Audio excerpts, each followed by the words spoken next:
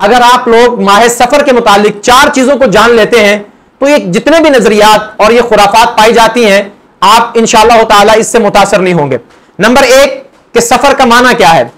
सफर का एक माना तो है खाली होना, चूंकि ये जो अशहुर हुरम है 4 महीने हुर्मत वाले, अहले अरब इन महीनों में घरों से बाहर नहीं निकलते थे, कोई कताल नहीं करते थे, लड़ाई झगड़ा नहीं करते थे, लूट मार नहीं करते थे।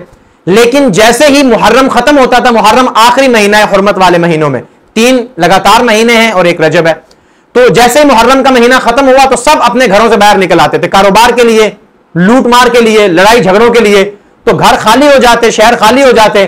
तो इस वजह से भी सफर के महीने को सफर कहा जाने लगा। और दूसरा इसका माना यह है कि अव्वल जब इस महीने का नाम तजवीज हुआ तो कहते हैं कि खजा का मौसम था। आप जानते हैं कि खजा के मौसम में पत्ते झड़ते हैं और पत्ते जो है वो पिलाहट का शिकार हो जाते हैं और तमाम दरख्त जो है वो खुश्क होकर पीलापन जाहिर कर देते हैं।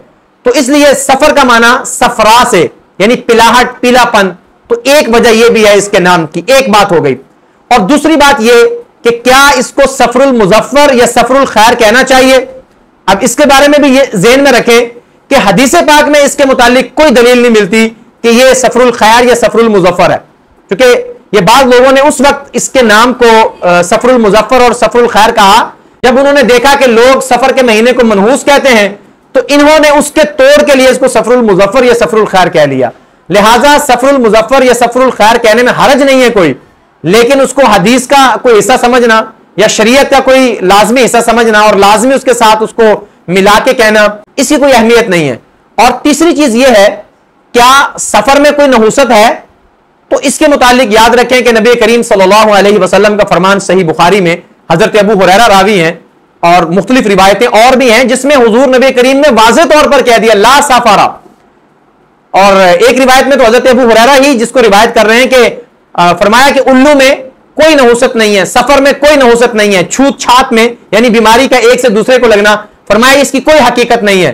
तो जब अल्लाह के नबी ने नाम लेकर किसी चीज को कह दिया कि इसमें नहूसत नहीं है, अब इसको मनहूस समझना, दरअसल समझने वाले खुद बड़े मनहूस हैं। जो खुद मनहूस है ना वो इसको मनहूस समझते हैं। जब नबी अलैहिस्सलाम ने फरमा दिया औरत में कोई नहूसत नहीं तो कोई नहूसत नहीं, उल्लू में कोई नहूसत नहीं तो कोई नहूसत नहीं, सफर में कोई नहूसत नहीं तो कोई नहूसत नहीं, 3 चीजें हो गई। और चौथी चीज यह है, क्या इस महीने सफर का सफर के साथ भी कोई ताल्लुक है। बाज लोग कहते हैं देखें जी सफर है लिहाजा सफर ना करें। भाई ये सफर स्वाद के साथ है, सफरा यानी कि पीलापन, पीला रंग, और ये सफरा ये सीन के साथ है जिससे सफर, मुसाफिर, असफार।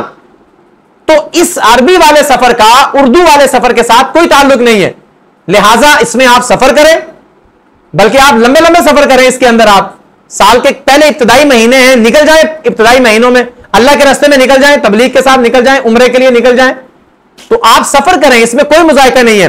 ये लोग तो खुद से अफलातून बने हुए हैं। कुछ दोस्त बैठे हुए थे सारे, वो आपस में एक दूसरे को वज़ाइफ बता रहे थे।